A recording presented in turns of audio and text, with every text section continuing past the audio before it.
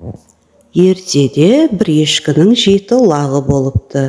Біреуі қара, қалғандары ақ лақ екен. Орманға баруға жиналған ешкі лақтарын жинап алып, ақырын айтады: «Шырақтарым, ешкінге есікті ашпаңдар, орманда қасқыр жүр. Мен келгенде, шырақтарым, қарақтарым, лақтарым, аналарың келді, сүт әкелді» деп әндетемін дейді. Осы кезде терезе тұсында тұрған қасқыр оның сөздерін естіп алады.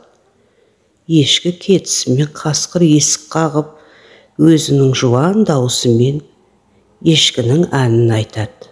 Бірақ лақтар оны бөтен дауыс екенін біліп, есікті ашпайды.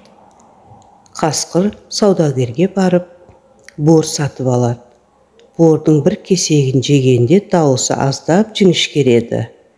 Осы даусымен ән айтып еді, лақтар тағы да алданбады.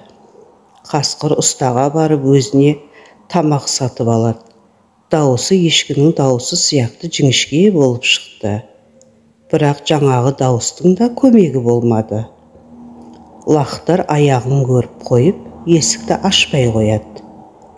Қасқыр жылдам наубайханаға барып, аяғына себетін ұн сатып алады.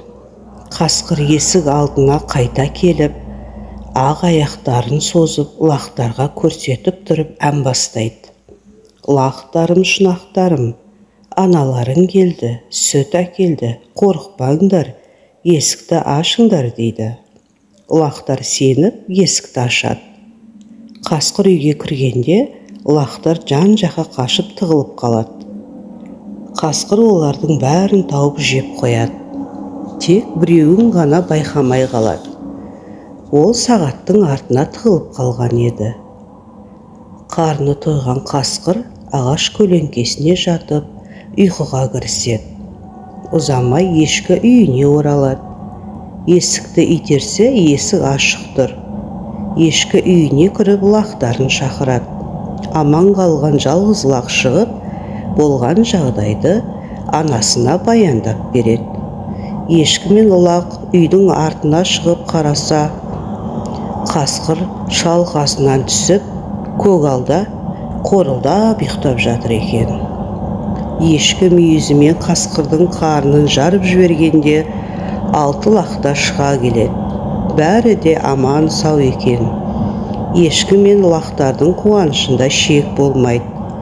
Қасқыр оянбай тұрғанда, ешкі оның қарнына тас толтырып, қайтадан тігіп қояды.